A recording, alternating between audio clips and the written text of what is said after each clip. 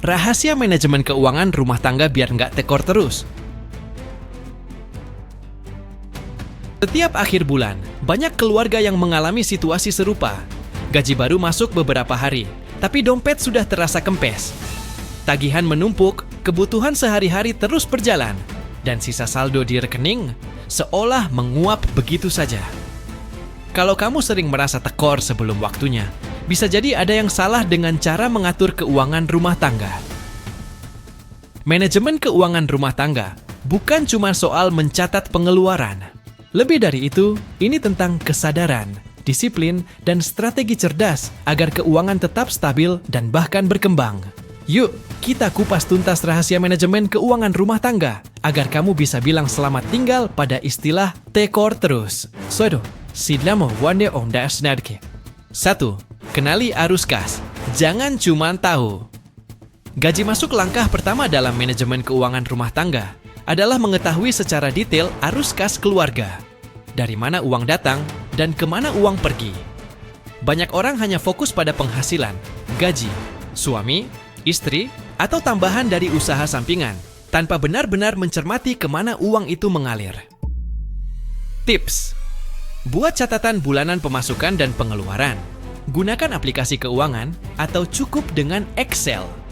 Kategorikan pengeluaran, kebutuhan pokok, cicilan, transportasi, pendidikan, hiburan, dan tabungan. Dengan mencatat, kamu akan menyadari bahwa pengeluaran kecil seperti kopi harian atau jajan anak ternyata bisa membengkak dan memengaruhi kondisi keuangan secara keseluruhan. 2. Buat anggaran yang realistis dan disiplin. Menjalankannya setelah tahu arus kas, langkah berikutnya adalah membuat anggaran atau budgeting. Ini seperti peta keuangan, bulanan, tapi hati-hati, anggaran yang terlalu ketat atau terlalu longgar bisa jadi bumerang. Strategi: terapkan metode Lete Pasos Tres Pi 20. 50% untuk kebutuhan pokok, 30% untuk keinginan, dan 20% untuk tabungan dan investasi. Buat prioritas. Bedakan antara kebutuhan dan keinginan. Misalnya, bayar listrik itu kebutuhan, beli gawai terbaru itu keinginan. Disiplin adalah kunci. Anggaran tanpa komitmen hanya akan menjadi angka di kertas tanpa dampak nyata. 3. Sedia dana darurat, payung. Sebelum hujan tak ada yang bisa memprediksi masa depan. Anak mendadak sakit, motor rusak, atau kehilangan pekerjaan bisa datang tanpa permisi. Tanpa dana darurat, keuangan bisa langsung limbung.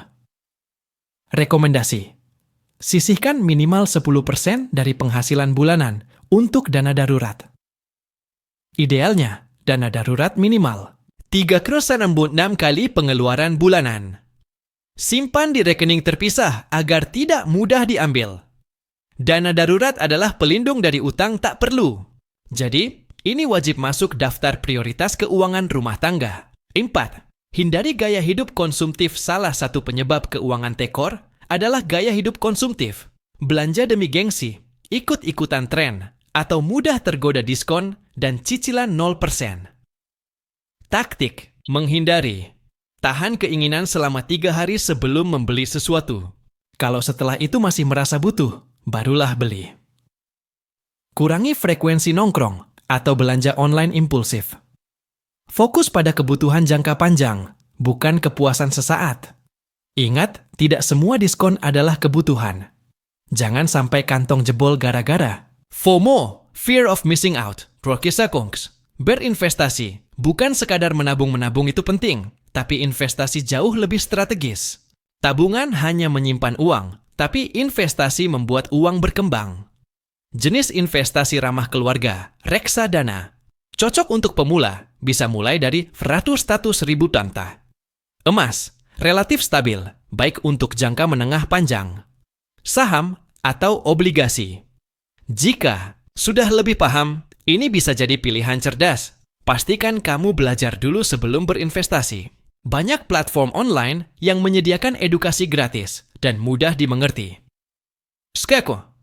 Libatkan seluruh anggota keluarga manajemen keuangan rumah tangga. Bukan tugas satu orang saja, tapi tanggung jawab bersama. Suami, istri, bahkan anak-anak sebaiknya. Dilibatkan. Caranya, buat rapat keuangan bulanan keluarga, bahas anggaran, pengeluaran, dan target keuangan bersama. Ajari anak-anak konsep menabung sejak dini, misalnya dengan celengan 3. 1 untuk jajan, 1 untuk nabung, 1 untuk sedekah. Sepakati batasan pengeluaran hiburan atau belanja. Dengan keterlibatan semua anggota keluarga, pengelolaan keuangan akan lebih terarah dan harmonis. Sakut? Manfaatkan teknologi keuangan. Di era digital, ada banyak aplikasi yang bisa membantumu mengelola keuangan rumah tangga secara praktis. Mulai dari pencatatan, pengingat tagihan, hingga simulasi investasi, aplikasi rekomendasi, Money Lover, Spendy, untuk mencatat pengeluaran harian. Finansialku, aplikasi lokal dengan fitur konsultasi keuangan. Bibit atau Bareksa, untuk mulai investasi. Reksadana, teknologi bisa menjadi asisten pribadi dalam mengelola keuangan. Asal kamu disiplin menggunakannya. Low telepon, kurangi dan kelola utang dengan bijak utang, bukan hal tabu dalam rumah tangga, tapi perlu dikelola dengan sangat hati-hati. Terlalu banyak utang bisa membuat keuangan macet total. Tips bijak berutang. Pastikan cicilan bulanan tidak melebihi 30% dari total penghasilan. Prioritaskan utang produktif, misalnya KPR, dibanding utang konsumtif, seperti cicilan gadget. Lesti lunasi. Utang bunga tinggi lebih dulu, misalnya kartu kredit. Jika keuangan sudah mulai stabil, segera buat rencana pelunasan utang, agar tidak menjadi beban jangka panjang. Modelan. Tetapkan tujuan keuangan. Keluarga tanpa tujuan, keuangan bisa jadi seperti kapal, tanpa arah. Dengan tujuan yang jelas, kamu dan keluarga punya motivasi untuk terus disiplin. Contoh tujuan keuangan, beli rumah dalam 5 tahun. Dana pendidikan anak hingga kuliah. Liburan keluarga tahunan tanpa utang. Pensiun nyaman di usia 55 tahun. Tulis dan visualisasikan tujuan ini di tempat yang mudah dilihat seluruh anggota keluarga. Bisa di pintu kulkas atau di kalender rumah. Ini akan jadi pengingat dan penyemangat. 10. Berbagi. Jangan lupa sedekah. Seringkali kita lupa bahwa berbagi rezeki justru membuka lebih banyak pintu rezeki.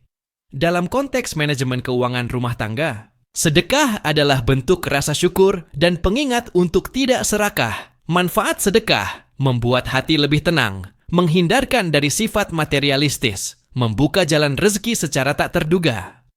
Sisihkan sebagian kecil dari penghasilan untuk berbagi. Tidak harus besar, yang penting konsisten. Kesimpulan, kaya itu soal strategi, bukan cuma gaji. Manajemen keuangan rumah tangga yang baik bukan soal seberapa besar pendapatanmu, tapi seberapa bijak kamu mengelolanya. Banyak keluarga dengan penghasilan pas-pasan bisa hidup nyaman karena disiplin, sementara yang berpenghasilan tinggi justru sering tekor karena boros. Mulailah dari langkah kecil, mencatat pengeluaran, membuat anggaran, dan menabung secara rutin.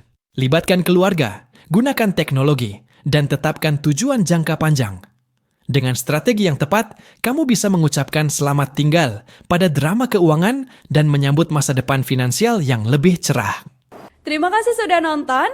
Jangan lupa like, subscribe, dan share ya.